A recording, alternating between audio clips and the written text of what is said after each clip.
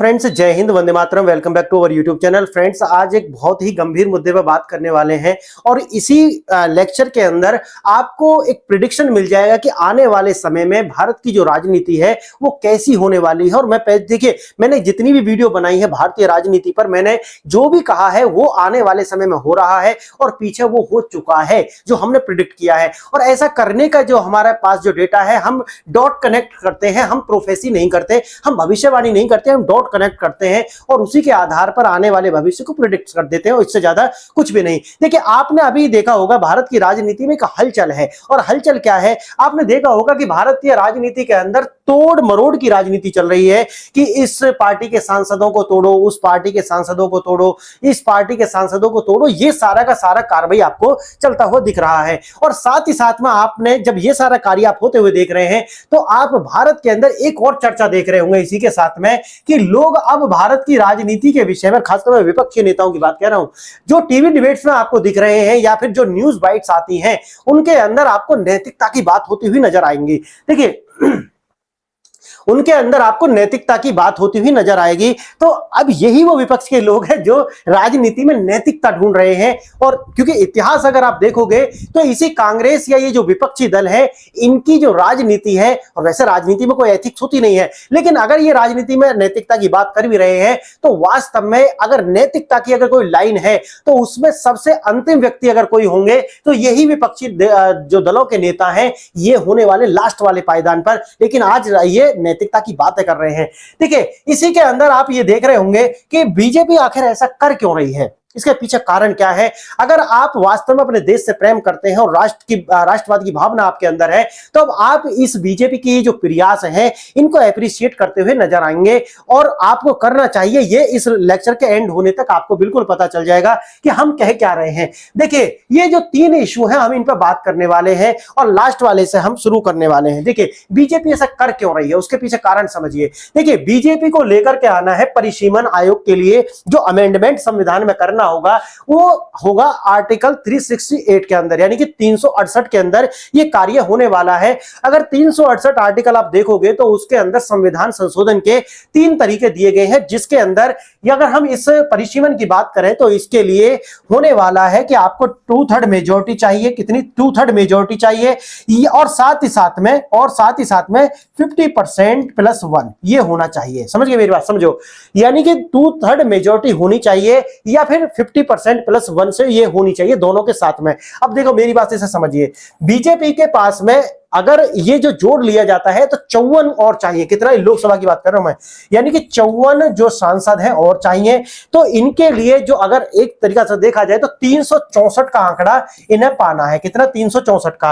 अगर आप देखोगे कि 364 तो चाहिए नहीं कि 10-5 का बफर भी लेकर चलना पड़ेगा, तो हमें इनको चाहिए, अभी जो इनके पास है वो 374 है। अगर ये सब जो मैं अभी आपको बताने वाला हूं, जैसे कि आप देखोगे कि जो टीएमसी के अंदर से आए हुए हैं, जो अभी आपने देखा होगा कि जो शिवसेना है उसके अंदर से, एनसीपी के अंदर से, उसी तरीका से अभी आप देख रहे होंगे कि भारत जो उत्तर प्रदेश के अंदर समाजवादी पार्टी है, लगभग उसके भी 25 जो सांसद है वो भी बताए जा रहे हैं। तो ये बीजेपी इस जुगाड़ में है और ये सही क्यों है वो भी मैं आपको बताने वाला हूं। देखिए, ये जो 2/3 मेजोरिटी + 50% के साथ में ये शर्त पूरी करने के लिए 364, 362, 364 की जरूरत पड़ेगी। ये चाहिए। तो अब इनके पास में होंगे जो टोटल इन्होंने जो जोड़ा हुआ है, जो आंकड़े आ रहे हैं, और धीरे धीरे क्लियर हो जाएगा जब ये सपा वाले जाएंगे। तो ये अगर जाते हैं तो इनके पास होंगे 374। इसका मतलब है कि 10 से 12 का एक बफर जोन भी इनके पास होने वाला है कि कुछ भी हो जाए, हमें ये जो संवैधानिक संशोधन है ये करा करके हमें जाना है। और जो परिसीमन होगा, क्योंकि अब इसमें आप जानते हैं कि जो सांसद हैं उनकी संख्या बढ़ने वाली है, और जो 2029 में इलेक्शन होगा उसके अंदर दूसरी एक और बात आने वाली है, वो है 1 नेशन 1 इलेक्शन का। एक इसके लिए भी कार्य कर रहे हैं, और दूसरा है जो यूसीसी है, यानी कि भारत के अंदर सभी के लिए एक विधान होना चाहिए। ये जो पर्सनल लॉ के नाम पर भारत के अंदर एक जो अव्यवस्था फैलाई हुई है, ये सब खत्म करने का बीजेपी कार्य कर रही है। देखिए, हम एक्शन जो होते हैं ना, उनको हम जब नापते हैं तो एक्शन के आधार पर नहीं नापते, याद रखना इस बात को। हम जो भी कोई भी एक्शन, हम एक इंडिविजुअल हो या सरकार जो एक्शन ले रही है, हम उस एक्शन के आधार पर उसे नहीं नापते, हम नापते हैं उसके रिजल्ट क्या, यानी कि मींस नहीं एंड्स देखिए। जो गांधी कहते थे ना कि मींस नहीं एंड्स देखिए, तो मुझे लगता है कि जो मींस है वो, गांधी तो बल्कि इसका उल्टा कहते थे कि मींस सही होने चाहिए, एंड्स नहीं। लेकिन हम देखते हैं एंड्स को, असली से। देखो हम सभी अपनी लाइफ में हम अंत देखते हैं, और हमारे यहाँ तो कहावत भी है, अंत भला तो सब भला, यानी कि जो अंत अच्छा हो गया तो सब अच्छा होगा। और ये बात वैसे भी जीवन में लागू होती है कि आपने 6 साल तैयारी करी और अगर आप बाद में आईएएस बन जाते हैं तो कोई नहीं कहता कि ये वो मजे काट रहा था दिल्ली में रह करके या करोल बाग में रह करके। लेकिन अगर आप फेल हो जाते हैं और आपने बहुत मेहनत की, तो लेकिन आपको जो गिनती होगी वो यही होगी, भाई साहब ये मजे काट रहा है वहां पर रह करके, ये कहे कि आईएएस की तैयारी कर रहा है तो वहां पर लड़कीबाजी कर रहा है। तो ये सब देखिए, इसी तरीका से आप देख रहे होंगे कि बीजेपी की जो इंटेंशन है वो बिल्कुल क्लियर है, उसकी जो इंटेंशन है वो पवित्र है। और पवित्र क्यों है, मैं आपको इसमें ये बताने वाला हूं। पवित्र इसलिए है कि अगर परिसीमन, जो अगर क्या है तो आने ही वाला है, क्योंकि बीजेपी वो व्यवस्था कर लेगी। बीजेपी लेकर के आ रही है परिसीमन, परिसीमन के बाद में सीट बढ़ने वाली है। और आप जानते हैं कि जब परिसीमन आता है तो जो भी कॉन्स्टिट्यूएंसीज होती हैं उनके अंदर क्या होता है, पॉपुलेशन का जो विभाजन है वो हो जाएगा। अगर आप सदस्यों की संख्या बढ़ाएंगे तो जो अभी क्या है कि 1 मिलियन 10 लाख के आसपास इतने सांसद, एक इतनी बड़ी पॉपुलेशन पे एक सांसद है। लेकिन अगर अब इनकी संख्या बढ़ेगी, आप जानते हैं कि वो हमारा जो आपने देखा भी होगा कि जो अभी सीटों की संख्या बढ़ाई गई है उसका उन्हें भरने के लिए हमें सांसद भी तो लाने पड़ेंगे ना। तो उनके लिए अब कॉन्स्टिट्यूएंसी जो है वो छोटी कर दी जाएगी और इसी कॉन्स्टिट्यूएंसी में होने वाला है खेला। क्या खेला होगा, खेला वही होगा जो असम के अंदर हुआ है, और खेला ये पूरे भारत के अंदर होने वाला है। इसका मतलब यह है कि भारत के अंदर, अब ध्यान से सुनना इसे, भारत के अंदर आप देख रहे होंगे, भारत के अंदर आप देख रहे होंगे कि जो इस्लामिक पार्टियां हैं, इस्लामिक पार्टी, आप ध्यान से सुनना इस मेरी बात को, जो मुस्लिम लीग जिसने भारत का विभाजन कराया, वो मुस्लिम लीग कांग्रेस के साथ मिलकर के अभी केरला के अंदर शासन कर रही है। क्या बोला मैंने, याद रखना इस बात को। यानी कि ये जो मुस्लिम लीग है ये आज भी क्या कर रही है, शासन कर रही है केरला के अंदर। किसके साथ मिलकर के, ये कांग्रेस के साथ मिलकर के सत्ता में है। अब समझ रहे इस बात को। यानी कि अब आप इस बात को कनेक्ट करना कि 1947 में भारत का जो विभाजन है, क्या वो जिन्ना ने कराया था? आपको तो ये चूरन बांटा गया जिन्ना ने विभाजन कराया, नहीं, जिन्ना ने नहीं, जिन्ना की विचारधारा ने। ये जो विचारधारा है यानी कि इस्लामिक विचारधारा ने, इसका मतलब यह है कि जो मुस्लिम लीग की विचारधारा है ये वही विचारधारा है जिसने देश का विभाजन कराया। इसी तरीका की जो और सैकड़ों पार्टी हैं, जिनमें ये 2-4 पार्टी बड़ी है ना, जैसे कि अभी ये हो गया मुस्लिम लीग हो गया, एक ये जो ओवैसी की पार्टी है AIMIM है ना, ये पार्टी, इन सबके मूल में क्या है, वही विभाजनकारी विचारधारा है। समझ गए, देश को बांटना है तो वो एक स्टेप होते हैं कि सबसे पहले क्या करना कि भैया संसद बनाओ, सांसद यानी नेता लेकर के आओ, यानी कि बाद में क्या करो कि कह दो कि भैया आइडेंटिटी बिल्कुल अलग है, अब अलग है, हम तो तुम्हारे साथ नहीं रह सकते, तो फिर क्षेत्र हमें दे दीजिए अलग से। जैसे पाकिस्तान की मांग यही तो आधार था ना उनका कि हम आपके जैसे नहीं है। जो आशिम मुनीर उस दिन कह रहा था अपने उन लोगों को एड्रेस जो कर रहा था ब्रिटेन के अंदर शायद, तो वो क्या कह रहा है कि भाई हमारी जीवन शैली बिल्कुल अलग है, हम हिंदुओं से अलग है। तो यही तो विचार है कि भाई हम आपके साथ नहीं रह सकते क्योंकि हमारे खान पान अलग है, हमारी विचार, हमारे खान पान, हमारे पहराव, हमारा कल्चर कहते हैं वो, हमारा कल्चर अलग है। आप सोचिए, फिर हमें अलग से देश दे दीजिए। तो ये जो विभाजनकारी जो मानसिकता है ये इनकी विचारधारा में है। तो जिन्ना को तो खामोखा बदनाम करते हैं लोग। कुछ लोग तो यहां तक कह देते हैं कि जो मिस्टर गांधी थे वही इसके जो है जनक है। कुछ कह देते थे कि नहीं, अगर नेहरू जी मान गए होते और वो जिन्ना को ही पीएम बना दी, तो अलग अलग लोग हैं, अलग भांति भांति के लोग। लेकिन असल में जो है वो मेन मुद्दे पर जाने से लोग घबराते हैं और बैड बॉय वाली जो छवि ना हो जाए समाज में, मुझे सेकुलर नाम नहीं माना जाएगा और सॉफ्ट नहीं देखा जाएगा तो मैं कैसे जीऊंगा, है ना। तो ये जो लालच है लोगों का, इसीलिए वो ये नहीं कहते कि विचार जो था वो इस्लामिक विचार था जिसने देश का विभाजन कराया। लोग कह देते हैं कि जिन्ना ने कराया। जिन्ना तो बढ़िया लोग था, बढ़िया आदमी था, सुअर खाता था, शराब पीता था और ब्रिटेन में आराम से अय्यासी करता था। आप जानते हो जिन्ना को। जिन्ना कोई मुसलमान नहीं था, जिन्ना जो वैसे भी सिया था, है ना। और पाकिस्तान आप जानते जो सुन्नी मुल्क है, तो सिया ने सुन्नी मुल्क कैसे बना दिया, आप सोचिए इस बात को। तो ये तो जिन्ना को तो बदनाम करते, जिन्ना ने कभी पाकिस्तान नहीं बनाया, बल्कि जिन्ना ने नहीं बल्कि इस्लामिक विचार ने बनाया। तो अब समझिए भारत के अंदर ऐसी सैकड़ों पार्टियां हैं जो आज इस्लाम के नाम पर उभर करके सामने आ रही हैं। इसका मतलब है कि धीरे धीरे से ये वोट गेन करेंगे। यानी कि अभी आप देखा होगा बिहार के अंदर जब चुनाव था तो कह रहे कि हमें डिप्टी सीएम दे दीजिए। अभी आपने देखा बंगाल के अंदर अगर ममता बनर्जी, ये जो आपने देखा जो ये ओवैसी भी पहुंच गए वहां चुनाव लड़ने बंगाल में, आपने देखा था ना। और जो दूसरा जो था उसने अपनी पार्टी बना ली थी, है ना, जो आईपीएस था वो, तो वो जाकर के दूसरी ओर चला गया। अब सोचिए इनका क्या है कि धीरे धीरे पॉपुलेशन बढ़ेगी जब इनका, तो ये क्या करेंगे कि हमें डिप्टी सीएम दीजिए। उसके बाद में कहेंगे कि भाई अब धीरे पॉपुलेशन बढ़ गई, तो जो आज आपको जो क्षेत्रीय दल दिख रहे हैं वो धीरे धीरे सेकेंडरी होते चले जाएंगे। जैसे जैसे कि आप देख रहे हैं असम के अंदर जो असम है वो कांग्रेस, आप देखिए कांग्रेस को पूरे भारत के देखिए जहां भी वो जीत रहे हैं उनमें 90% से ज्यादा, कहीं तो 99% जो जीत रहे हैं सांसद विधायक वो सब मुसलमान हैं। इसका मतलब है कि जो कांग्रेस है, जो आप देखे होंगे तेलंगाना के जो सीएम है शायद, उन्होंने क्या बोला था, कांग्रेस ही मुसलमान है, मुसलमान ही कांग्रेस है। तो वो बात उनकी जो है कही थी उन्होंने किसी भी मायने में, लेकिन बात सही है कि भाई जो रेवंत रेड्डी ने जो कहा था वो बिल्कुल सही है कि कांग्रेस ही मुसलमान, मुसलमान ही कांग्रेस है। इसका मतलब ये है कि धीरे धीरे से ये जो पार्टी है जैसे समाजवादी पार्टी है, जब इनकी पॉपुलेशन किसी स्टेट में बढ़ेगी तो धीरे धीरे ये मुसलमानों की पार्टी बन जाएंगी। तो ये भविष्य है अगर हम ऐसे ही रहे। लेकिन बीजेपी इसे समझती है, तो राष्ट्रवादी जो पार्टी है उसे ये पता है कि हम फिर दोबारा से 1947 वाली जो ओर बढ़ रहे हैं, क्योंकि आप जानते हैं कि पीएफआई का एक डॉक्यूमेंट लीक हुआ था, आपको याद होगा, फुरफुरा शरीफ से। वहां उसके अंदर आपको याद होगा उन्होंने कहा था कि 2047 तक हम भारत को एक इस्लामिक राष्ट्र बना देंगे। अब आप देखिए all India personal law board का जो सदस्य है या अध्यक्ष मुझे नहीं पता, एक नोमानी, अब उसका वीडियो बड़ी वायरल हो रहे हैं, आप जानते होंगे। वो कह रहा है कि जाट जो है वो मुसलमान नहीं है और हिंदू नहीं है, सिख हिंदू नहीं है, और तमिल वाले हिंदू नहीं है, वो हिंदू नहीं है। आप समझो उसकी मानसिकता, समझो उस इंसान की, वो कहना क्या चाह रहा है। वो उसके जो है ना थोड़ा सा सरकारों को पर थोड़ा लेना चाहिए। वैसे तो इसको ये कहना चाहिए कि भाई इसको पकड़ो पहले तो, और इससे पकड़ के ये पूछो कि क्या ये वास्तव में कन्वर्जन करा रहा है जो इसे ऐसा लग रहा है, पीछे पीछे कोई बड़ा गैंग तो नहीं चला रहा, कि चल तो रहे हैं गैंग, लेकिन इसकी इंक्वायरी करने की जरूरत है कि आखिर इतने कॉन्फिडेंस से बोल कैसा रहा है ना। ये तो ऐसा तो हेट स्पीच है एक तरीका से देखा जाए। तो ये आदमी ये कार्य कह रहा है बैठ करके, और ये जो कह रहा था वो एक इंडियन मुस्लिम कुछ सोसाइटी करके थी, वहां पे एक कांग्रेगेशन था, वहां पे बोल रहा वो आदमी। आप सोचिए इस बात को। तो इनकी जो विचारधारा है इसको तोड़ने के लिए आप समझ के पूरी भूमिका समझो इसका। अब इन ये जो मुस्लिम लीग बन रही है, इस तरीका की जो विभाजनकारी, इनकी देखिए इस्लाम की जो सोच है ना उसमें विभाजन है, समझ गए ना आप। देखिए जहां जहां भी मुसलमान मेजोरिटी में वहां कोई और बचता ही नहीं, खत्म, सब खत्म। अब पाकिस्तान में देखिए, अफगानिस्तान में उन्होंने जो है 10 सिख नहीं रहने दिए। वो अपने गुरु ग्रंथ साहिब को लेकर के भारत की ओर कूच कर गए थे। वो याद होगा, बड़ी भावुक पिक्चर थी वो लेकर के, गुरु ग्रंथ साहिब को लेकर के दो हमारे सरदार जो सिख भाई हैं वो आ रहे थे, उसे लेकर बड़ी भावुक पिक्चर थी। अब सोचिए ये है, ये इस्लाम है, असली इस्लाम तो भैया वही फॉलो कर रही है जो अफगानिस्तान वाले हैं। इनको रोकने के लिए ये जो परिसीमन है, मैं आपको वो बात बता रहा हूं जो आपको समझनी चाहिए कि ये सबके पीछे है क्या।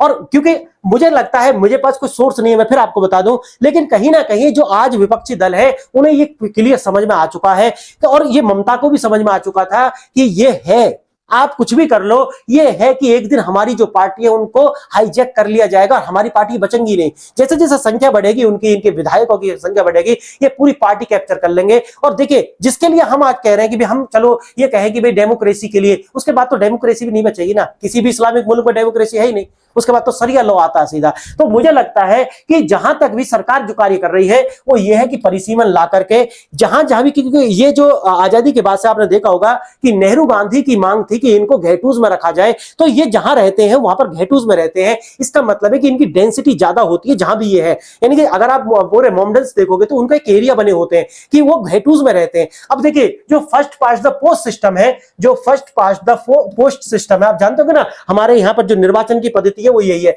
इसके अंदर ये डेंसिटी बहुत ज्यादा मायने रखती है। अब मेरी बात समझो, यानी कि जब शुरू में गांधी नेहरू ने ऐसा बोला था तो इसके लिए बोला था क्योंकि ये उनके जो first post the past system है जब इनके लिए बेनिफिशियल था।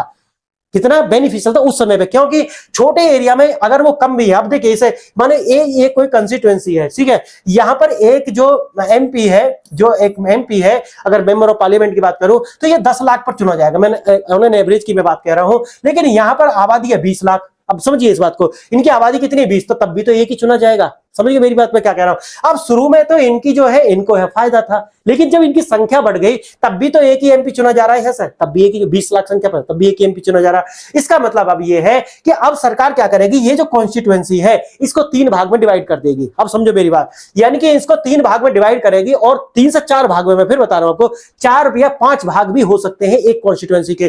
तो इनकी जो संख्या अगर वहां पर 25% है या 30% है, मैं एवरेज में एक उदाहरण के लिए बता रहा हूं, एग्जैक्ट नहीं बता रहा, में कोई भी कॉन्स्टिट्यूएंसी, उदाहरण के लिए आप वहां इनकी संख्या 30% है, अगर अब यहां पर क्या है 30% जनसंख्या इनकी है, इसका मतलब है कि ये ऐसा मान कर चलते हैं कि अगर हमारी 35 से 30 संख्या है, जो कि इन्होंने आसाम के लिए भी बोला था, बंगाल के अंदर भी कि भैया हमारी तो ऐसे 85 सीट, जैसे यूपी में भी ये बोलते हैं कि हमारे यहाँ पे इतनी सीट से तो शुरुआत होगी। और भारत के जो विपक्षी दल आपने देखा होगा कि वो लाड डालते रहते हैं मुसलमानों के लिए कि भाई ये वोट हमें चाहिए, ये वोट हमें चाहिए, उसके लिए कुछ भी करना हो 80% को जो है वो लगा देंगे दांव पे, लेकिन मुसलमानों के लिए खुलकर बोलेंगे। आपने देखा भी होगा ये।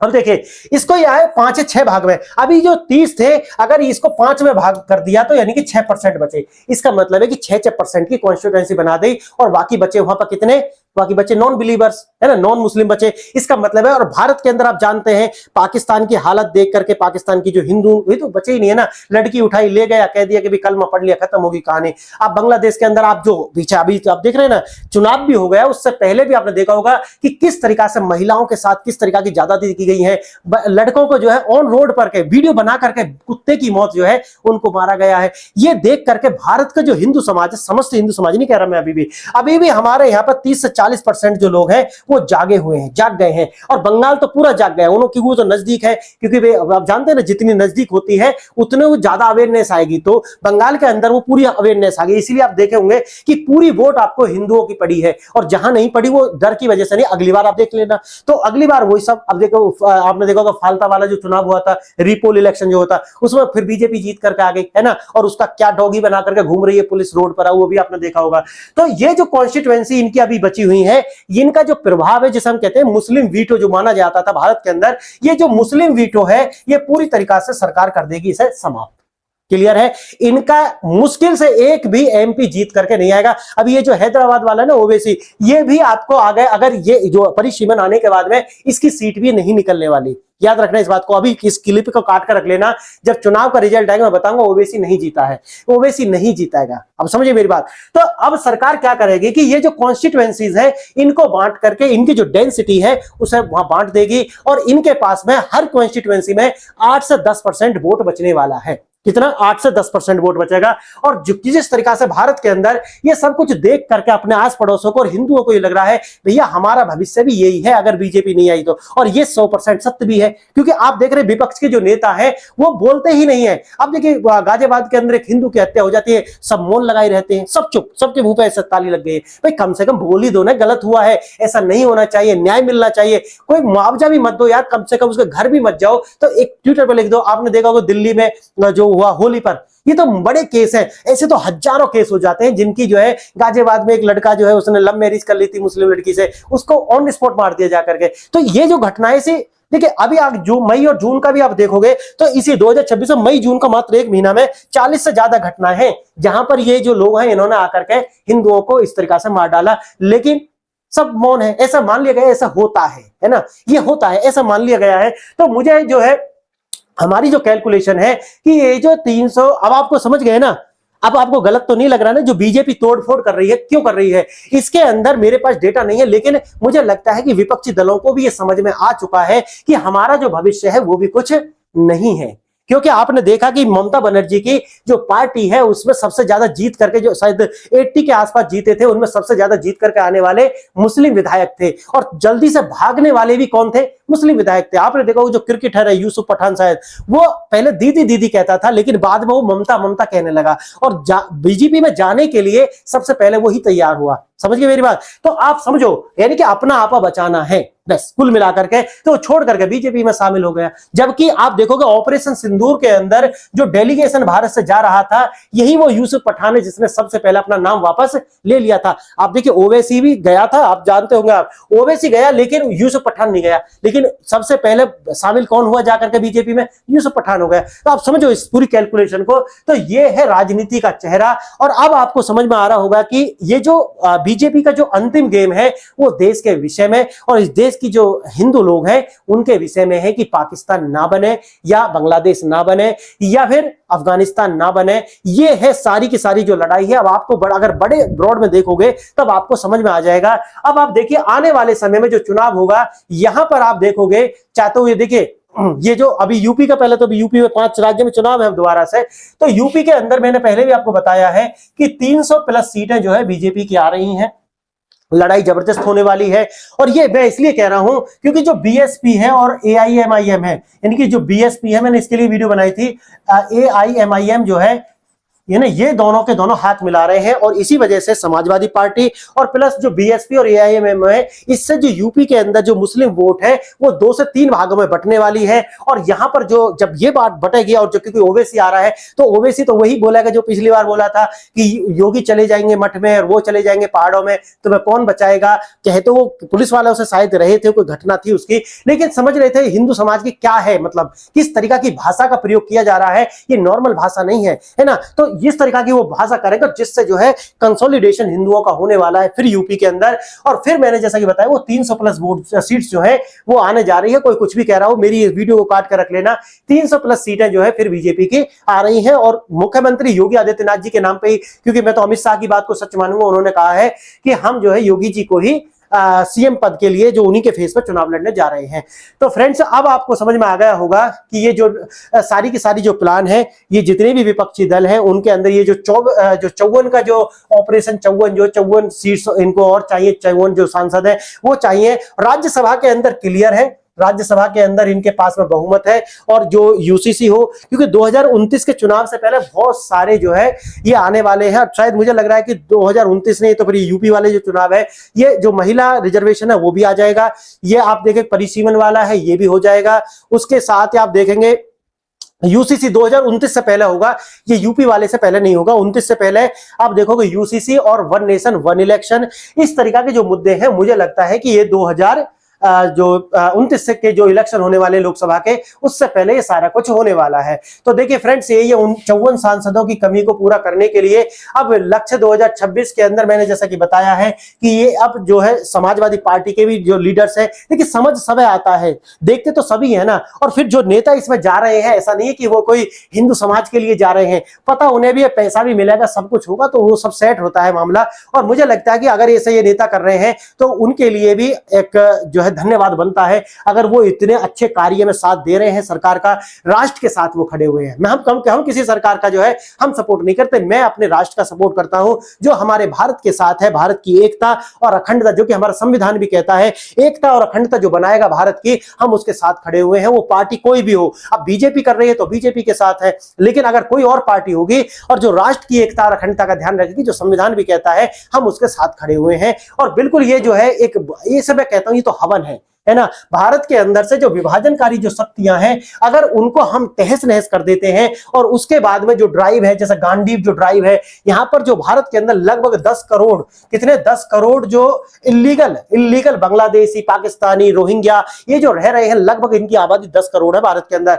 तो ये जो 10 करोड़ है इनको बाहर एक्सपेल किया जाएगा, क्योंकि जब कॉन्स्टिट्यूएंसी छोटी हो जाएंगी तो आज जो विपक्षी दल जो बोल रहे हैं ना, इनके लिए खड़े होकर वो भी नहीं बोलेंगे। समझिए मेरी बात। तो ये सब जो है, इनका जो वीटो पावर है वो खत्म हो जाएगा। और इसीलिए जो नोमानी का जो दर्द है ना, ये जो नोमानी जिसका ये दर्द है, जो सिखों को भी हिंदू नहीं मानना, जो तमिल को भी हिंदू नहीं मानना, जो केरला को भी, और ये तो बंगाल को भी नहीं मानेगा। अभी तो धूल चटाई है तुम्हें, है ना, तुम्हारी तो थी ना वो मुख्यमंत्री, है ना, तो तुम्हारी मुख्यमंत्री को अभी धूल चटाई है। जब वो हिंदू नहीं है तो फिर किसने चटाई? अगर इतनी ताकत थी तो तुम्हारी तो 87 जीत का है ना।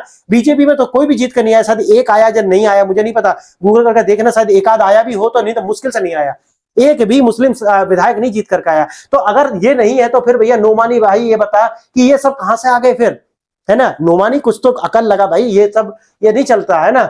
ऐसा नहीं है कि अपने लोगों में बैठ करके वहां पर आप कुछ भी बोलते जा रहे हैं। तो देखिए, बागियों का जो सीधा मुख्य पार्टी में शामिल करना, ये सब कार्य अब आपको लग रहे होंगे कि ये तो मैंने तो इसको, वो है ना डायलॉग जो चलता है कि अरे मैंने तो तुझे बड़ा हरामी समझा, तू तो देव मानुष निकला रे। तो अब आपको समझ में आ रहा होगा कि बीजेपी को हम तो वैसे कह रहे थे तो देव मानुष है, तो हमारी आने वाली पीढ़ियों के लिए सोच रही है। देखिए, आदमी सब यहाँ पर राजनीति करना आए हैं, याद रखना इस बात को। बीजेपी राजनीति के साथ साथ अगर देश का भला करती है, राष्ट्र को एक करती है, तो बिल्कुल वो राजनीति करें जो उन्हें करना है। लेकिन मेरा जो कंसर्न है, मेरा देश है, पार्टी आएंगी पार्टी जाएंगी, इससे कोई फर्क नहीं पड़ता, लेकिन मेरा देश रहना चाहिए, मेरी देश की संस्कृति रहनी चाहिए, इस देश के इतने प्यारे लोग हैं वो हमेशा रहने चाहिए। और हम जो है, मैं कहता हूं ना हमेशा कि हम तो पैगन्स हैं, तो हम पैगन्स हैं, हम ऐसे ही बने रहने चाहिए। और मुझे लगता है कि अगर विपक्ष के दल जो है अपनी इस हवन के अंदर आहुति देते हैं तो इससे बेहतर कुछ हो नहीं सकता। तो आप तो जानते हैं कि अब उद्धव की जो है, ये अब उद्धव की पार्टी रही नहीं है ना ये शिवसेना, तो देखिए अब ये भी खत्म हो चुकी है। तो अब ये सब कुछ है। अब आपको समझ में आ गया होगा कि ये तो बहुत ही अच्छा कार्य हो रहा है